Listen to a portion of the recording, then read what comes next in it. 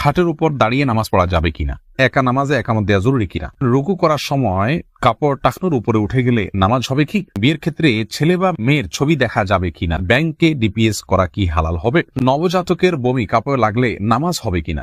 আর বিলম্ব না করে চলুন আপনাদের যে প্রশ্নগুলো ইতিমধ্যে আমাদের কাছে চলে এসছে সেগুলোর উত্তর দিয়ে আমরা শুরু করি। এরপরে রোজি আহমেদ জানতেছেন, রুকু করার সময় কাপড় টাকনোর উপরে উঠে গেলে নামাজ হবে কি। দেখুন, রুকু করার সময় যদি টাকনোর উপরে কাপড় উঠে যায় তাহলে সেক্ষেত্রে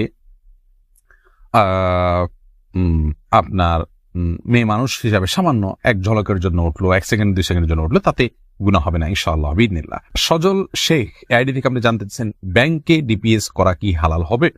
শুধু ব্যাংকগুলোতে ডিপিএস করা হারাম হবে, যেহেতু সেখানে আপনাকে সুদ দেওয়া হবে, সুদ ভিত্তিক লেনদেনের চুক্তি আপনার সাথে হয়ে যাবে। সেজন্য ইসলামী ব্যাংকগুলো যদি হয় তাহলে সেক্ষেত্রে বেশ কিছুটা ছাড় রয়েছে, এবং সেটি কিছুটা কোনো কোনো ক্ষেত্রে এটি সন্দেহের মধ্যে পড়বে, শুবহাতের মধ্যে পড়বে। বাকি মৌলিকভাবে অন্য কোনো উপায় যদি কারো না থাকে এটি নাজায়েজ বা হারাম সরাসরি হবে না, তবে অ্যাভয়েড করতে পারলে সেটাও ভালো, যেহেতু সংশয় বা সন্দেহ সেখানেও রয়েছে। আয়েশা আহমেদ আপনি ইউটিউব চ্যানেলে প্রশ্ন করেছেন, বিয়ের ক্ষেত্রে ছেলে বা মেয়ের ছবি দেখা যাবে কিনা। দেখুন, ছেলে বা মেয়ের ছবি দেখা যাবে বিয়ের ক্ষেত্রে শর্ত সাপেক্ষে, আর সে শর্ত হলো ছেলে মেয়ের ছবি দেখবে, তার কোনো বাবা অভিভাবক বা অন্য কাউকে দেখাবে না, এবং দেখার পরে এটি মুছে ফেলবে নিজের কাছ থেকে, এবং মেয়েও ছেলের ছবি দেখবেন, এবং সেটি ফিতনায় পতিত হয়, ছবি দেখে বাজে চিন্তা হয়, বিবাহ ছাড়া আগ পর্যন্ত সেই সুযোগ যেন না থাকে, সেজন্য এটি রিমুভ করে ফেলবেন।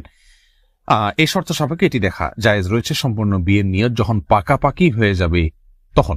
আর আজকাল যেমন হয়, আল্লাহ মাফ করুক, তথাকথিত অবৈধ প্রেমের ক্ষেত্রে অনেকে বলে যে আমার বিয়ের নিয়ত আছে সেজন্য আমি দেখছি, আপনি দেখেই যাবেন, এ অধিকার আপনাকে দেওয়া হয়নি। আপনি এক নজর দেখতে পারেন শুধুমাত্র জানার জন্য, বাস এটুকু, এরপরে আপনি সেটার কন্টিনিউ করতে পারবেন না। মহিমা মাহি আপনি জানতে চেয়েছেন, নবজাতকের বমি কাপড় লাগলে নামাজ হবে কিনা। দেখুন, বমি নাপাক, সেটা নবজাতক হোক অথবা প্রাপ্তবয়স্ক কেউ হোক, সবার বমি নাপাক, যার কারণে এটি লাগলে নাপাক হয়ে যাবে।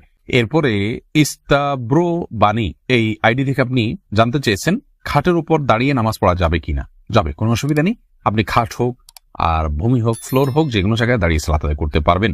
আপনি স্বাভাবিকভাবে যদি সালাত আদায় করতে অসুবিধা না হয় তাহলে সেক্ষেত্রে কোনো অসুবিধা নেই। হ্যাঁ, কোনো কোনো খাটের উপরে দেখা যায় যে ম্যাট্রেস বা ফোম থাকার কারণে অনেক দূর ডেবে যায়, যার কারণে রুকু সিজদায় তিনি ব্যালেন্স রাখতে পারেন না এবং সুন্দরভাবে সালাত আদায় করতে পারেন না, সেজদা সঠিকভাবে করতে পারেন না।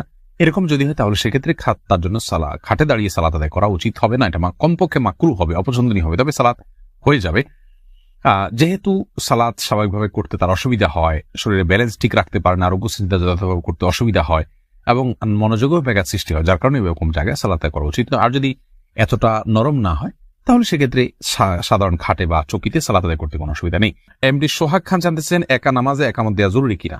জি ভাই, একা নামাজ পড়লেও আপনি যখন একাকি ফরজ নামাজ আদায় করবেন, একামত দিয়ে নামাজ পড়বেন, এই উদ্দেশ্যে কেউ চাইলে আপনার সঙ্গে এসে যোগ দিতে পারে জামাতে। আমরা কিন্তু এটা অনেকেই জানি না। কেউ যদি নামাজ শুরু করে দেন একা একা, তিনি যদি জোরে জোরে তাকবীর বলেন ইমামতের নিয়তে, পরবর্তীতে কেউ এসে তাকে টাচ করে তার পাশে দাঁড়িয়ে জামাতে শামিল হয়ে যেতে পারে, যে কোনো পর্যায়ে, যে কোনো মাঝামাঝি পর্যায়ে এসেও শামিল হয়ে যেতে পারে। তাহলে সেক্ষেত্রে তারা উভয় জামাতে সালাত আদায় করার সওয়াব পেয়ে গেলেন।